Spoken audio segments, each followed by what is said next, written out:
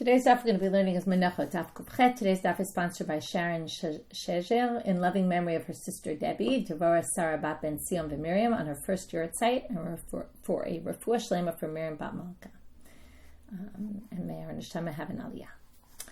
Okay, we're now going to get started. Again, we're going to just mention that we have a siyum coming up, which is very exciting. It's been a very long masechet. We have another long one coming up.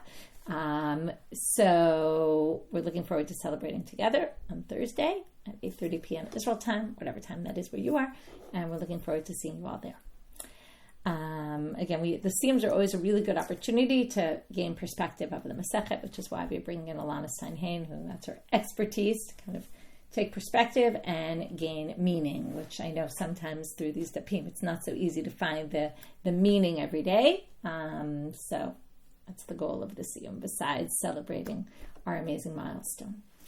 Okay, with that, we're going to get started. We were in the middle of a Mishnah that we quoted from Masechet Shkalim, where we only quoted it because one of the 6 opinions of how to understand this Mishnah held like Rebbi, and that we already did, but because of that, we're on this tangent. So if you can look at the study guide from yesterday, I haven't yet put it up. If I manage to, I'll put it up also on today's daf. But the study guide kind of continues from half of it is yesterday's and half of it is in today's daf. So what we talked about was that in the Mishkan, in the temple, there were 13 shofarot. These were, in the shape of a shofar, where it's narrow at the top, wide at the bottom, where they would put all this money. 7 of them were for obligatory offerings, and 6, the Mishnah says, were for nidava, for voluntary offerings. Now, what were they? Why do we need 6? That's the real big question. What do you need 6 for nidava? So we had 3 different answers so far, if I remember correctly. 6 batei avot, 1 for each of the Kohen families, okay, so that they wouldn't fight with each other. This is your day, this is your day, this is your day, this is your day, right? And you get, what's the point? The point is, for all the extra korbanot they're going to bring on that day, so they get the hide from there, and everyone takes it from, which you hope is distributed evenly. I mean, it still not might be even, but at least everyone has their day, and that leads to less fighting. Second opinion, because there were so many extra money from all different places that went to these nidavas, it was so many, they want to put them all in one box, so they put it in many boxes so that the coins didn't start disintegrating. Okay. Third, Ze'eri. Okay, now the first 2 are similar in the sense that there's no real difference between which goes in which. It's arbitrary. In all the rest, though, we're going to have, it's really not arbitrary. Each one has its own role. So Ze'eri, it said, the par, egel, ayel, keves, gedi, v'se'ir. You have the 6 animals. The order's a little strange. Why the gedi comes before the se'ir? Because it was big, small, small, big. Okay, but it doesn't really matter. The point being that it's for anyone who volunteers to bring an animal like that for a korban olah. So if it's the par, you put in the par, box. If it's for this, you put it in that box, and the Kohen knows how many of these voluntary offerings to bring. And that was the one that was like Rebbi, because you have to differentiate between the small and the large, because if you promised a small one, you can't bring a large one, and that's why you had to know exactly which one. Otherwise, you could just do par, ayil, and se'ir, and then that would cover everything. Bar Pada, we're up to Bar Pada. Bar Pada Amar, the last few words of Kuf Zayin Amabet, Keneged haparim v'ha'elim, v'hakfasim v'hasirim v'hamotarov v'hama'ah. Okay, now for this we need a big explanation, and Rashi helps us because it's not so clear what we're talking about. Rashi says the par is, if you designated a bull for, remember the communal sin offering that we spent a lot of time in Horayot on and in other Masechtot as well, if you designated a bull and the bull got lost, and then you took a different bull in its stead, and then you found the original bull, and you already sacrificed the second one. So the first one, we're going to have to put the value of it. Okay, we're going to wait till it gets a blemish, and then we put the value of it into this, this box. Okay, this container or whatever you call it a horn. There's all different ways to interpret it because it's a shofar kind of horn shaped, but whatever, however we call it. In this box or this section goes that. Okay, it doesn't seem like it would be used very often. How many times do they have a parling davar shel tzibur? How many times does it get lost and they end up with this extra money? But okay. And the others, almost all the others are going to be like this. The next few, the elim. Okay, Rashi tells us what ayil are we talking about? Asham Gzelot and Asham Me'ilot, which is given with a ram, same thing. If it gets lost and you end up with the extra, right? And what happens? So again, if it gets lost, you find the original animal, you have to leave it to graze until it gets a blemish. And then when it gets a blemish, you sell it and all that money, right? Remember in all these cases, the money goes to what we call Kates HaMizbech. So that there's just korbanot Ulla going. So we have one where we put the extra money from the Parchat Heling Dever Shel Tzibur, one where we put the ayil from the Asham Me'ilot and Asham Gzelot, if somebody misuses consecrated property or somebody steals and lies about it. Kvasim v'seirim. Okay, the kvasim are from the Asham Nazir and Asham Mitzorah, and the seirim are from the seirizim l'chatat that we bring on all the holidays and Rosh Chodesh. Okay, so again, these are all extras. Okay, extras of these things that were left over that now go into Nedava. Now, why they have to all go in separate containers is also not so clear, because in the end, they're all just used for Kates HaMizbech. Okay, that only was 4. What are the other ones? Motarot is extra money from any sacrifice. If you went to buy a korban chatat and you went to buy an animal for it and you ended up with more money, you designated money for buying it. There was a sale when you went to buy your animal and it ended up costing less. Okay, or for whatever reason it costs less. And there's extra money. Well, you already designated it for a korban, so it has to go to a korban.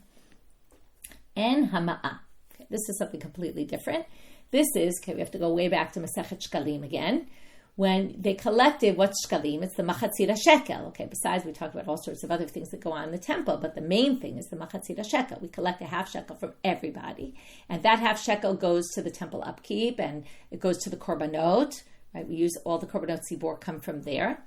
So what do we do with, right? Really they go for the korbanot mainly. Now there's this halacha and there's a debate about what we're talking about exactly. But if 2 people together bring a shekel, instead of me bringing half a shekel and you bringing half a shekel, but 2 people bring a whole shekel together, so there's a money change fee issue here. It might need to be divided. And that you add what's called a kalbon. If you remember that word, you add a kalbon. Some people say it's even everybody had to add a little bit extra to theirs. This is called the ma'ah. They're calling it the ma'ah. They're referring to the kalbon. Okay, which again, there's a debate about exactly which case it's brought in. And that extra money, we're going to see, doesn't go where all the shkalim money goes to buy those korbanot tzibor. It goes to the Kates HaMizbech because it's really extra. Okay, although we're going to see, right, it's like a surcharge, right? It's like a commission fee. Okay, that's what it's like. There's a debate whether it's everybody or just the people who combine their shekel into one. Anyway, point being, that's extra, and it goes here, although we're going to see there's a machloket, because some people think it goes to the machatzit shekel money, okay? It goes with the regular shekalim, which is in a different box. Okay, before we I told you there's 6. We only did 4 so far, but before we go on to the other 2, which are kind of very similar to each other, and there's only one difference between them, and we'll deal with that later.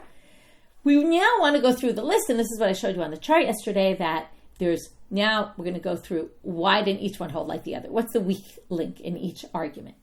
We're not worried about the Kohanim fighting. Okay, this is strange. What do you mean? In Yoma, there were all these things about Kohanim fighting, but they say, because everybody has their separate day. Okay, now I think this could mean one of 2 things. Number one, they're not in the temple at the same time, right? When were they fighting? When they were all working at the same time and I want to do this, I'm going to do this. But you're in the temple one day, I'm in the temple the next day. We're not going to get into fights because we're not even in the temple at the same time.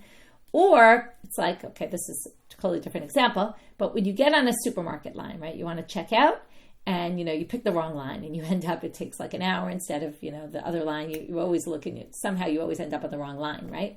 But you don't blame the people on the other line, right? It's not their fault. This was my day. I took this line. This was, okay. So it happened that day. There were less sacrifices, so I got less stuff. But I'm not going to blame the other person for it. Each one has their day. So it's obvious. Whatever happens this day goes to that person. Whatever happens that day goes to that person. They're not going to start fighting over something like that. They're not worried about it getting rotten, the money rotting, because we're just not worried about that. Because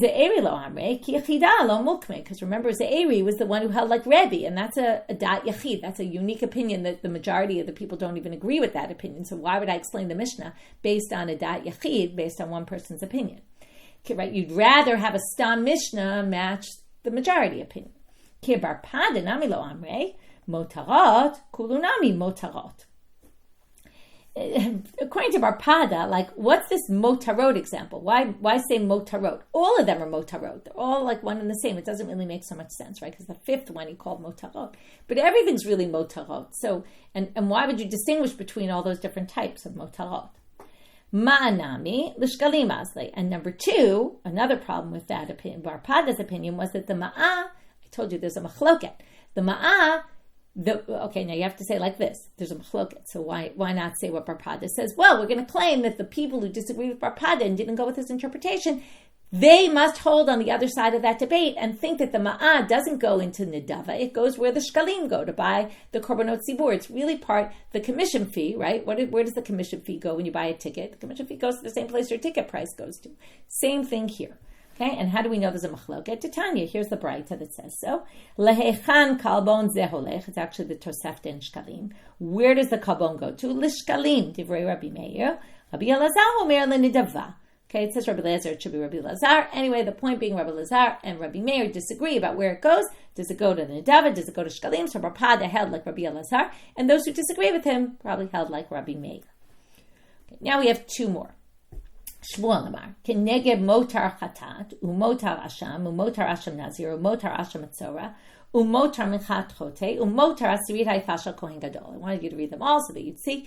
Instead of before, we had these are like extra animals and stuff, and then we got to the ma'ah, which was something different. These are all 6 for motarot, which is extra. It could be, I think it could be both. Right, right. Yeah, they basically, I assume it's more the extra money. Okay, so if someone designated money, right, because there's two kind of motarot. One is the animals left after it was lost and then found. You could sort of call that motar. But I think they're referring here only to the case of the money.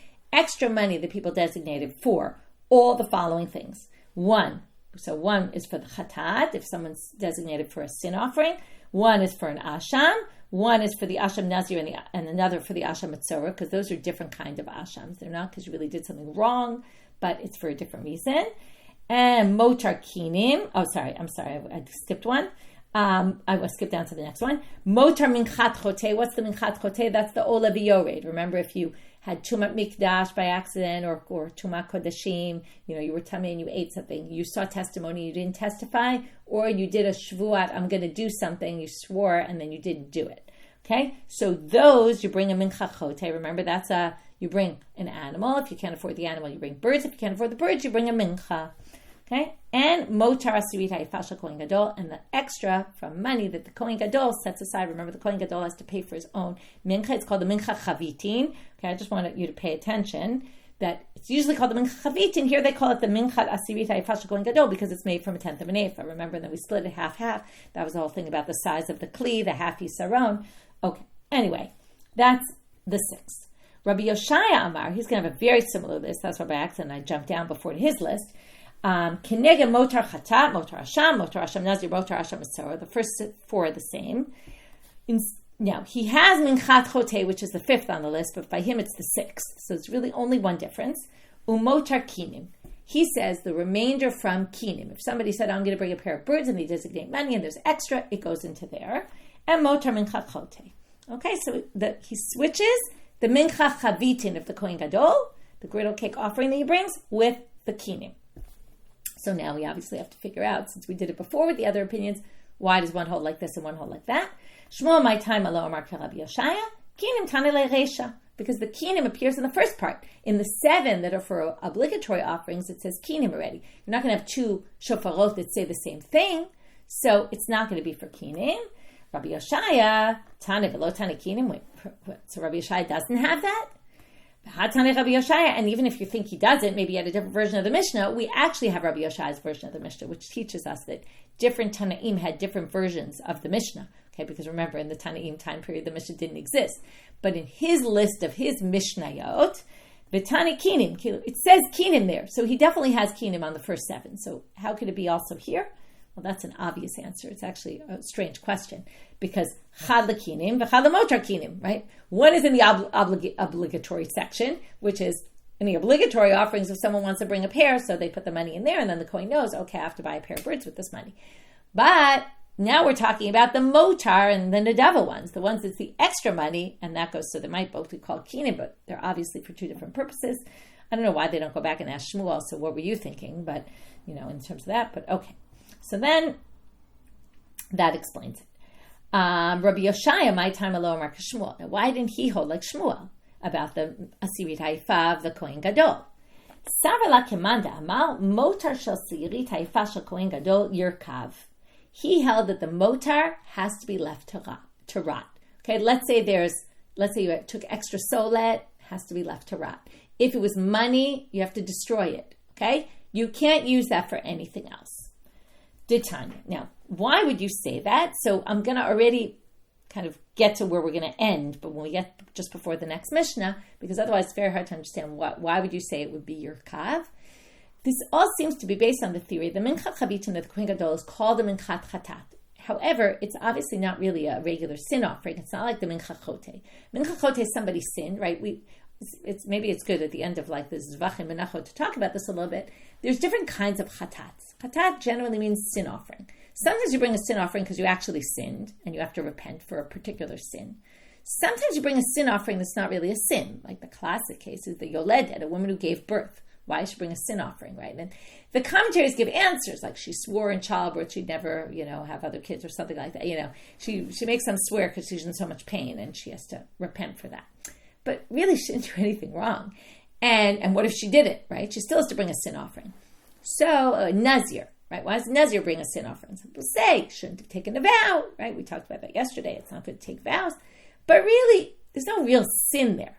Okay, so there's a whole bunch of these chataot that aren't really sin offerings, just like the Kohen Gadol. He doesn't necessarily, he might sin every day, but it's not like it's coming for a particular sin. So it has a bit of a different nature. Now, this idea, the motar chatat for sure is nedava. The question is this a chatat or not? Does this fit the same category as a regular chatat? Just like the asham, now, the asham nazir and the asham mitzvah are also different from a regular asham. They also didn't really sin. Again, tzara comes from a sin, but it's not so clear that that's what this asham is coming for. And it's not so clear that you definitely sinned, right? You ended up with leprosy. Even though they are separate, which means they're a little different, but they are there. But the point here is that if this isn't a chatat, then maybe the motar doesn't go for nedava, and then it has to be left to rot. So that's this opinion here right now. So that's why he holds that it's yirkav. And now we're going to see, Ditanya, that there's an opinion like this. Motar mincha nedava, motar mincha yirkav. This is a very strange braita. It says the following. The motar of a minchat is a nedava. The motar of a mincha will rot. Okay, so we have two different minchas with different rulings, but one is called a minchat and one is called a mincha. Completely unclear. So we're going to see this in Machloket about how to understand this braita, but according to Rav Chisda, it's going to fit perfectly with what we just said, because we're going to read like this. My kamar, what does this mean? I'm a Rav Chisda hachi kamar. Rav Chisda, this is how to read this. Motar minchat chote is nedava. Okay, what's minchat? What mincha comes with a minchat? It's called smichut, where it's a mincha of something. The minchat chote. It's called a minchat chote. So minchat must be short for minchat chote. That one is a nedava, because that's the classic sin offering. Motar sirit ha'ifah shel kohen gadol yirkav. And the mincha that says it's left to rot, that must be the one of the Kohen Gadol. And then that fits perfectly because then we see that there's an opinion like this. And that's why, you could say, that's the machlok between Shmuel and Rabbi Yoshaya. Is the mincha Kohen of the Kohen Gadol, is it your kav? The motar, of the mincha of the Kohen Gadol, the extra money, is it left to rot or does it go to Nadav? If it goes to Nadav, then that's one of the shofarot. If not, then it's not. And then you have to find something else to go in, and that's what Rabbi Yoshaya did. Okay, he put kinim in instead. So now, Raba, since we're on this braita that we didn't really understand, now we're off on a tangent because already this doesn't have to do directly with our sugya. Rav Chisda was brought to show our sugya. Raba has a different interpretation of that braita. Raba amar afilu motar asiridai fasha kohen gadol nami nidava. The first minchat includes even the mincha of the kohen gadol. He thinks that's nidava. That matches Shmuel's position. Ella, so what's the one that's mincha that you're kav? Ella motar lachmei todah yirkav. Now, the lachmei todah are inherently different from the other minchas. First of all, it's not exactly a mincha. It's not your typical mincha offering. Okay, it's those 40 loaves. It's completely different. So that's the one that if you put aside extra money for that, that has to be left to rot. But the minchat, chavitin with the Kohen Gadol. That's a classic Menachot, and it goes, right, it's because the chatat, it's not exactly classic, but it's in the same category, and the motar will go as Nadav. And now they're going to say, right, in other words, okay, so he says it's Nadav. Now they're going to say there's two other people who argue about the same issue. Beplugta, motar asirita ifasha Kohen Gadol, Rabbi Yochanan amar Nedava, Rabbi Elazar amar Yirkav. So now zoom over to Eretz Israel, and we say in Israel, Rabbi Yochanan and Rabbi Elazar have the same debate. Okay, is it Nedava or is it Yirkav? So now we're going to see that, okay, Rabbi Elazar and Rav Chisda both thought that it's left to rot. So now we're going to have a difficulty on this position. What we're going to do from here till the next Mishnah, number one, we're going to raise a difficulty on the position that it's left to rot, the Kohen Gadol was one, and then we're going to actually bring a proof that it's true, that it's Yirkav, okay, to support that opinion. So first a difficulty, resolve difficulty, then a support. Meitive. So it says in the following source, Motar Shkalim, there's a Mishnah in Shkalim. Motar Shkalim Chulin, okay, any extra Shkalim, this is an interesting halacha. If they collected too much money for the Machatzit HaShekel, I don't know exactly how that would happen. I didn't go back and look up the commentaries on that Mishnah because it's not our topic, but if there was extra money, it's actually not even sanctified. It was collected by mistake. Like if the person collecting the money realizes they collected too much money, maybe they double collected from someone, it's not sanctified.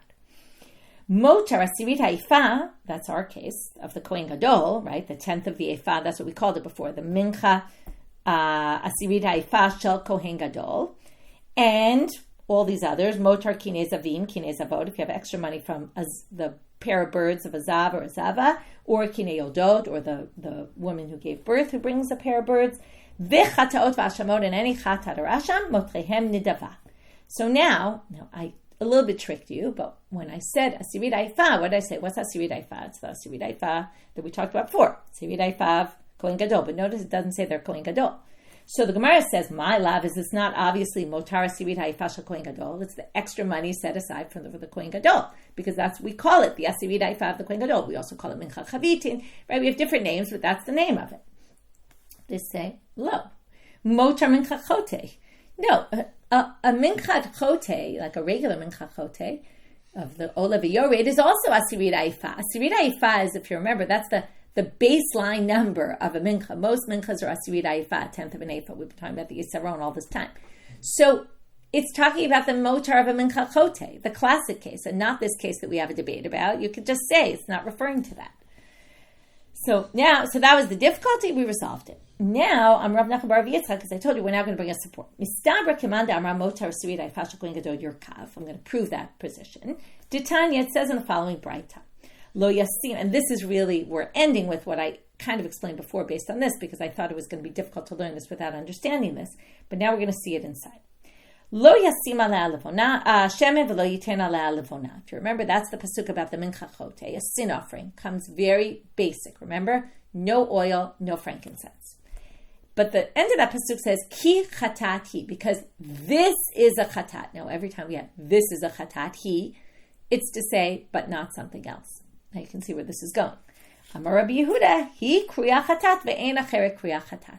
This is the only mincha that's really a sin offering. Any other mincha is not a sin offering, even though the mincha chavitin, the Kohen Gadol, is called a sin offering. It's not the same sin offering. So what do they want to tell you in this Braita? Not our topic. What's our topic? What happens with the motar, right? If it's a chatat, for sure it's going to go to nedava. And this one's different, it's not. But that's not what they say in the Braita. They say in the Braita, because the Braita's topic is shemen and levona. So what do they say? Limera l'sivit haifa shel Kohen Gadol she'ena kuya chatat u'te'una levona. From there you learn the mincha chavit in the Kohen Gadol. It doesn't say anything in the Torah about does it need frankincense. So what do they learn from here? Ki chatati, this one doesn't have any levona.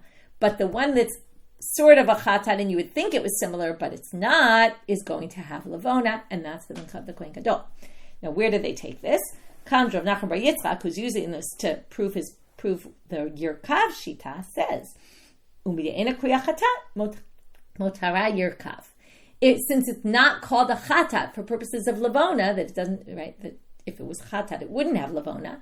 We're going to say it's also not a chatat that the motar goes to nedava and the motar is left to rot. Okay, and that's to prove that position. Okay, so in this section, just to summarize, and I think we won't come back here at the end of the daf because it's completely different. What we did here, we were totally off topic, and we're going to get back into the vows now and the next two mishnayot. But what we have here in this section is the 6 Nedava. We got there only because we were talking about a sheet of Rebbi that came up in the Mishnah. And we're saying that sheet of Rebbi is clearly, right, it reflected in Ze'eri's position. And there were 6 explanations to the 6 shofarot. That's the easy way to remember it. And we dealt with why did each one not hold by the other. And from there, we got off on a whole tangent about this machloka between the last two. Is the motar asirida ifa of the Kohen Gadol, is it left to rot, or is it like the regular sin offering that it goes to Nedava? Okay. Now, and that's why, is it one of the 6 or is it not one of the 6? Next case. Shor ze olav nista'ev. If you say shor ze, let's talk again about shor ze, shor alai. If you say, I'm taking upon myself, then you have what we call achrayut. If something happens to that shor, you have to bring a new one. If I say shor ze, this shor, that's what we call it, right? The first one is a neder. This is a nidava. This shor is going to be an ola. Now, if it gets lost, what do we learn? You're not responsible. You're done. Your job is over. However, if it gets a mum, nista'ev means it gets a blemish, and now I can't sacrifice that shor. Now, what would you say? Okay, I can't sacrifice it. I'm done. I have no responsibility. But it's not exactly true, because you still don't really have responsibility. But this is what happens. In front of you, what do you have? You have what's called a psulei mukdashim. It's something that was sanctified that's now disqualified. You can't just, you have to redeem that still because it's got sanctity. So what do? You take money, the value of the animal, and the money gets the sanctity. The animal's no longer sanctified because anyway, it can't go on the altar. Remember, it had kedushat haguf in it. For a korban ola. It was designated for a korban ola. So now that you moved it onto money because you can't sacrifice that animal, the money now is money designated for buying a korban ola. So the only thing you could do with that money is buy an animal for a korban ola. So even though theoretically you're not really responsible anymore, it's not you as a person are responsible, but it's the money that you now redeemed that animal because that animal had sanctity and it was designated for a korban ola. The fact that we can't bring it, so okay, we can't bring it. But the money now has to be used to buy a korban ola. So comes the Mishnah and says, what do I have to buy with that? Do I have to buy exactly a shor that I had before? No, why not? Because it's not from achrayut purposes. It's just the money was designated for an ola. So what do? I could, if I want, buy 2 shvarim, 2 oxen. I don't have to buy one like the one I promised. If I had said shor zeh alai, I would have to buy one to replace it. But if I said this shor is sanctified and it got a mum and I can't do it anymore, so again, I redeem the money and I buy whatever I want with the money as long as it's going to go for a sacrifice. Now, whatever I want is going to be a big question. Notice the Mishnah doesn't say whatever I want. It says buy 2 instead of 1. But it seems like it's still talking about a shor. So what we're going to get into now is, number 1, I obviously, according to the rabbis, I don't have to buy the same quantity. Okay? The question is, can I change types already? Can I change to a different type animal? So we'll see. It doesn't really say so in the Mishnah. Shnei shvarim elu olav v'nistavu. What if I designated 2 in that way? And then they both got a blemish. Okay, so I could do 2 instead of 1. I could do 1 instead of 2. Because again, all I need is a sacrifice on the altar, or however many I want. The Rebbi Yoser. Now, Rebbi comes in and says you can't do that. Now, later in the Gemara, they're going to think that Rebbi only forbids in case 2. Like we just brought 2 cases. The Mishnah is going to divide in 2. And in each section, there's 2 cases. One's going to be about a shor, and the other one's going to be about a ram and a sheep. But they're going to say, why does Rebbi only forbid the second case? Why didn't he forbid the first? And then we're going to say, no, obviously when it says Rebbi Yoser, they're referring to both of the 2 cases. If you say a ram is going to be an ola, same thing, but with a ram. You could bring a sheep. Now remember, a sheep is a baby ram. So they're the same type. It's just different ages. Okay, so you can switch keves for a ram for a sheep. And again, Rebbi comes in and forbids. So now we're going to move to Amud Bet, and the Gemara is going to ask a question. How does this fit with the previous Mishnah? Because Ha'amart Reisha, didn't we say in an earlier Mishnah, yesterday's daf, shor b'maneh, ve'vishnayim b'maneh lo yatsa. If you say I'm bringing a shor in the value of a maneh, you have to bring 1 shor in the value of a maneh. You can't bring 2. So why here can you bring 2? To which they answer, as I already explained, shor zeh v'niste'ev shane, because you said shor zeh and then it got a blemish. That's completely different. Okay, because of the blemish, and I explained all that already, so I'm not going to go into the explanation again, but that changes everything. Shnei shvarim elu ola v'nistavu v'atzay yavi b'dmei amacha v'Rebbi Yoser. So first I want to know my time. What's the reason for Rebbi that he forbids in that case? Mishum dehavele gadol vehevi katan. Okay, so now they're going to say, because you said gadol, you said 2, and now you're only bringing 1. Now, even though, which we had a very good explanation for, look, it's blemished. And in the end, like we said, again, I'll review it now again, it's just that the money has sanctity and has to be brought a korban, but you're sure is what you promised originally is really irrelevant. L'chatchila lo shari Rebbi. Rebbi just wanted to be more stringent and said, ideally, you should still try to replace it. And you don't have to. If I replace 2 with 1, it works. It's just ideally I shouldn't do that, okay? In an ideal world, you should try to, even though you said shorze and you didn't say alai, you should try to just do what you said and bring it the way you originally promised. But if you didn't, it would work anyway. But now we get to what I mentioned before, which is liflog nami bereisha. Why did he only chime in after case 2? He should have chimed in with case 1 too. That if you say 1 shore, you can't change it to 2 because you have to give what you promised. That's his theory. Rebbi Akula Milta Palig, he really does disagree with both. He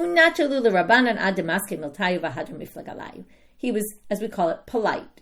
He waited till the rabbis finished their statement, and then he chimed in and said, by the way, I disagree with everything you said.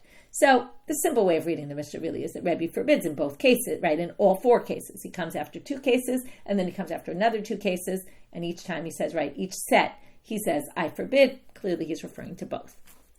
Right? In each section, he's referring to both cases. Teda, and how do they prove it? Because they say, look at the last case in the Mishnah, the second section. Again, 2 sections, each section has 2 parts, 2 cases. So Teda de Katani, look at the second section. Ayal ze Ola v'distev ratzayavi b'dmav keves. The first case they bring is a ram that you switch for a sheep, which is obviously smaller. Keves ze, and then after the second case is where Rebbi chimes in.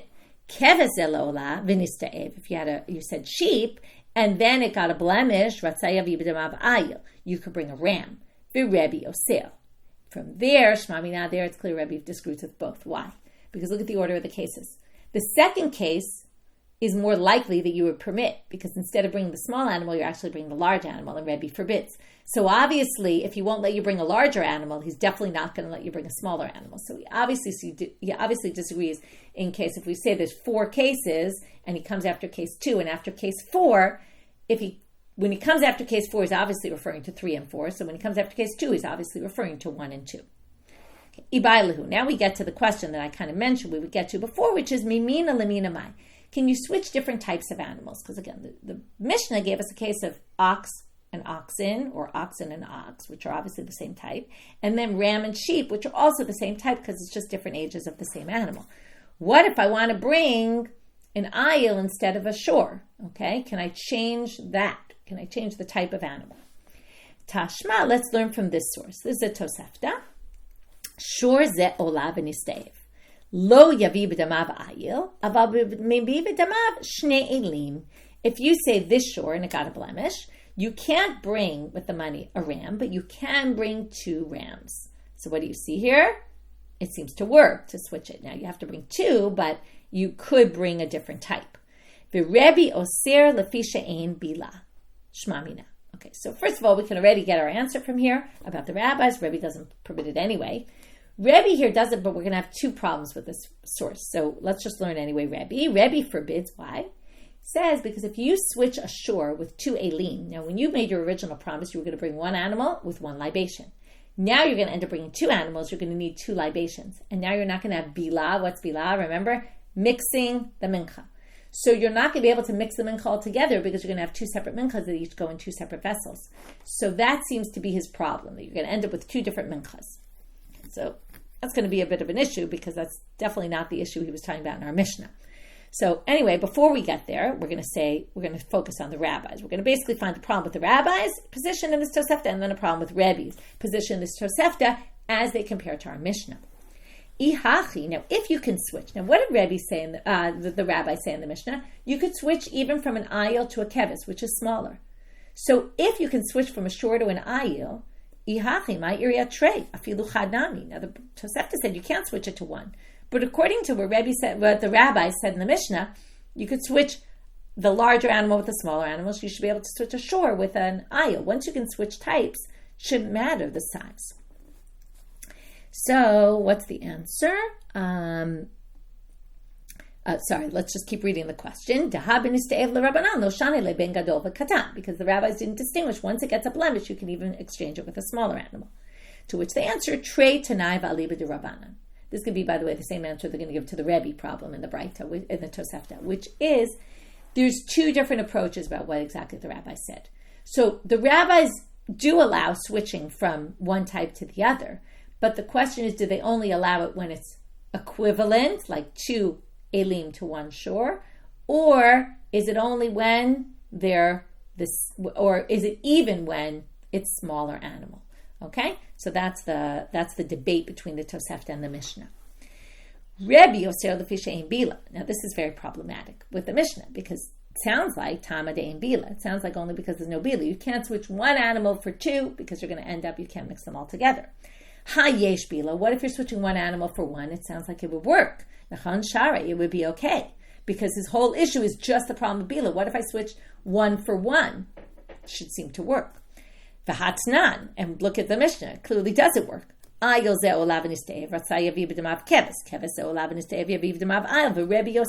doesn't let you to switch a keves for an ayil, and that's 1 for 1. And if the only issue is bila, then that's not a problem. To which again they answer Trei Tanai V'aliba de Rebbi. So our Mishnah thinks the issue is you just can't exchange them at all. This Tosefta thinks that it's only when you're switching 1 for 2 or 2 for 1 that it's a different amount of libations that you're bringing.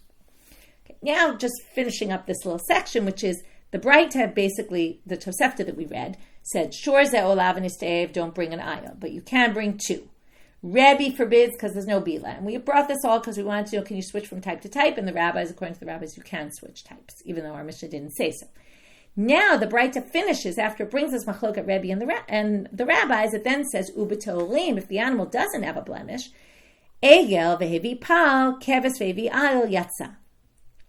The size of the animal doesn't matter. That matches our Mishnah, right? Katan vehevi kadol and all that, right? You could switch it. Stomach Rabbanan. Okay, the end of this bright, the Tosefta is clearly just like the rabbi's position. It doesn't even bring Rebbi, and clearly Rebbi wouldn't agree with this. They're just kind of telling you. The stam line here is the rabbis. Ratzat yavi b'damav shnayim. So now we're back to the Mishnah where it says if you want, you could bring, with that money of the 1 shore, you could bring 2 shvarim.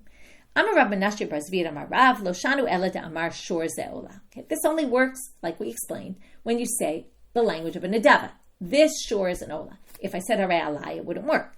But instead of saying that, he says the following: Aval omer shor ze alai Ulla hukba. But if I said this shore, now there's a combo of neder nedava. It's very confusing language. This shore is on me in Ulla. So you're basically bringing yourself into the picture, and then you take responsibility. And then if the shore dies, if the shore gets blemished, you have to bring 1 shore in its place because you took it upon yourself. That's achrayut. The Gemara says, what are you talking about? When you say, now normally you say shore alai, not shore ze alai. Shore ze alai is some combo, and Dilma, maybe what you really meant was alai lahavio kamar. This shore is incumbent upon me to bring. But then what am I committing to? This shore. If something happens to this shore, I'm not committing to bring any ox. So why would you say that? Therefore, they erase what they said Rav said, and they're going to say like this. If he really did say this, we're going to change it. This must be what he said, because really the argument the Gemara just brought seems very convincing. Amar Rav Menachot bar Zvi Amar Rav, lo shanu ela amar shor ze Ulla. Inami, or if you said shor ze alai Ulla, that's still the language of shor ze. That's still nedava. You're really only talking about this shore. So if something happens, it gets blemished, you can redeem it and just buy anything you want with it as long as it goes for a korban, korban Ulla. Aval, meaning you could switch it for 2 shvarim, you could switch it for 2 elim, Aval amar shor ze v'damav alai Ulla hukba. But if you said this shore and the value of it is upon me, meaning, if something happens to it, I'll take its value and I'll bring that to the temple. Then you're accepting responsibility, and then you wouldn't be able to switch it with 2 oxen or a ram or anything else. Okay, new Mishnah. This is a very interesting Mishnah because we're going to end up comparing this in a very interesting manner. Today we're going to have 3 difficulties on the statement somebody makes about this Mishnah about laws of sale. And how does sales compare with laws of hekdesh? Okay, very interesting topic. האומר אחד מכבשי הקדש, ואחד משברי הקדש, והיו לו שניים, הגדול שבהם הקדש. If I say one of my sheep, or, it says and, but it means or, one of my oxen is sanctified, and I had two, so which one do I have to choose? The large one. The large one is sanctified and not the smaller one. What if I had shlosha? What if I had three animals? Beinoni shebehem hekdesh. The middle one I take. Now we're going to have to figure this out, and the Gemara is going to explain this a little bit differently than we think, or Shmuel is. We're going to see that in the Gemara. Right now it sounds like just the middle one. And then we don't know yet why this all is, and we're going to get to the Gemara and say why this all is, and then we're going to say that doesn't make any sense, and we're going to have to reinterpret it. Perashti ve'eni yodea ma perashti. Again, we're back to, well, I said one of them, I specified which one, but I really don't remember which one. O she'amar li abba ve'eni yodea ma. Or my father told me that he sanctified one of them, but now he died, and I can't ask him. So, and hagadol shebehen hekdesh. Then we definitely go by the larger one, okay? Because you have to be, yotzei the opinion and assume it's the larger one. Okay, now, because the larger obviously includes the smaller to a certain extent.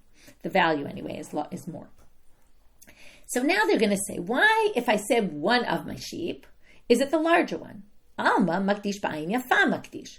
We assume that when I say I'm sanctifying something, I'm giving it to God. I'm going to bring the nicest of what I have. That's what we assume. It's a working assumption. Well, that definitely doesn't fit with the next case then. Ema seifa beinoni shebehem hekdesh, ama makdish ba'ayin ra makdish. No, it's not really Ayin Ra'ah, but it's Ayin Beinoni. In other words, it's Ra'ah compared to the larger one. If we say Ayin Yafa, then we assume generously, even when there's three, I'm giving the best. So that doesn't make any sense. So Amar Shmuel, Chosheshin Af LeBeinoni. What does Shmuel say?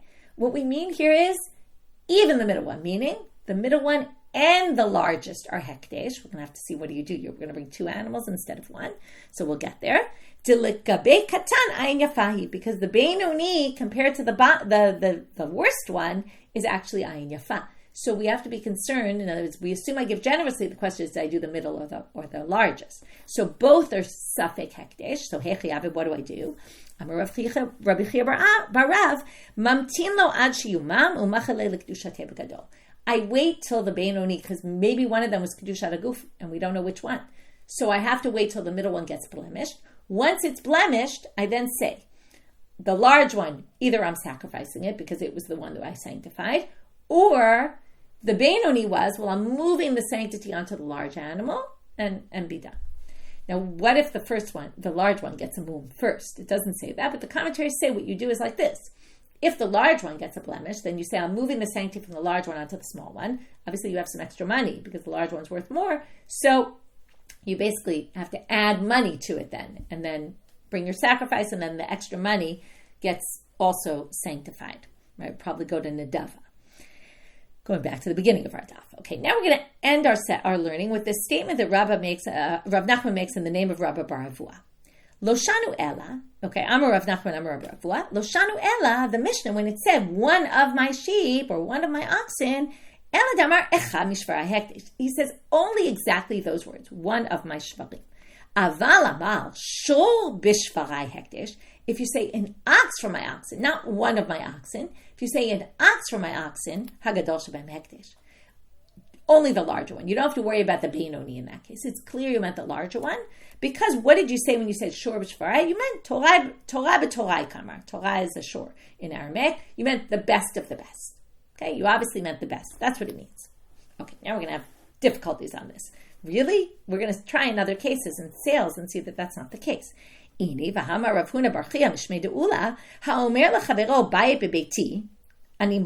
Okay, I say, I'm selling you one of my houses. A house in my houses. Now, a house from my houses should mean shor mishvarhai, my best house.